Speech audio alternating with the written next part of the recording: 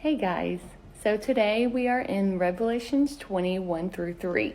This one is talking about when an angel comes down from heaven and bounds Satan into the bottomless pit.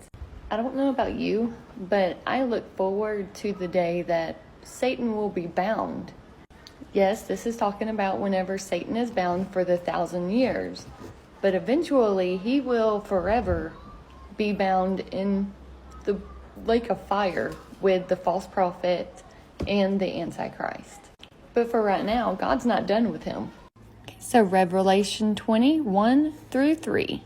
Pause as always if you need to. Revelation 20 verse 7.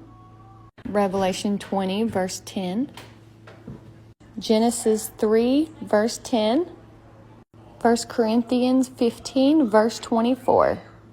Revelations 20 verse 8 continues. 2 Corinthians 4 verse 4.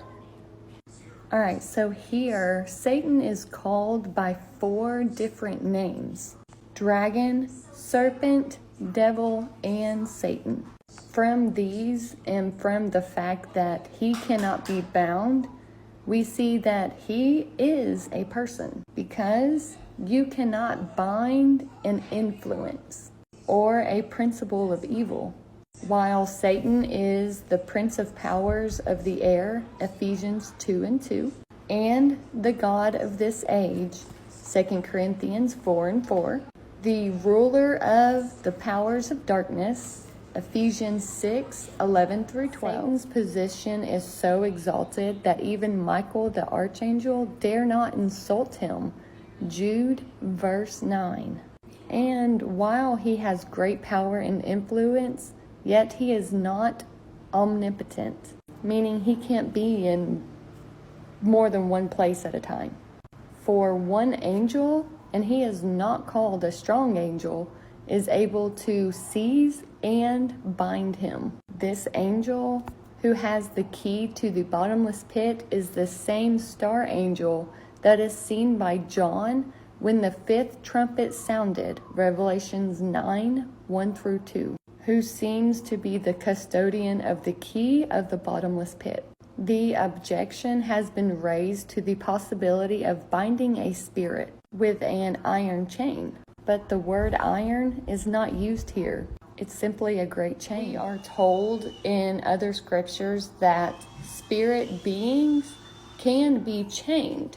In 2 Peter 2 and 4 and Jude verse 6, we read of the angels who sinned and kept not their first estate, who are now reserved in chains in darkness unto the judgment of the great day, the great white throne judgment.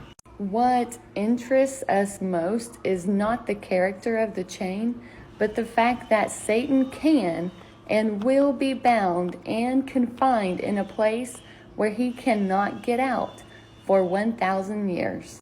And while nothing is said of the binding and confining of his angels and other evil agents as demons and the evil powers of the air, the inference is that they too will be powerless during that. The demons will be powerless during this period. The binding of Satan reveals the fact that God can stop his evil work when he is ready, and that without sending the armies of heaven to do so. When the time is right, God will empower and command a single angel to seize, handcuff, and imprison him, just as an officer of the law with a warrant arrest locks up a criminal. Satan is not cast at this time into the lake of fire to keep company with the beast and false prophet, because God has future use of him at the end of the 1,000 years, for which period he is bound. Can you just imagine how angry Satan's going to be whenever he is released after that 1,000 year? Yeah, he's going to be pretty mad.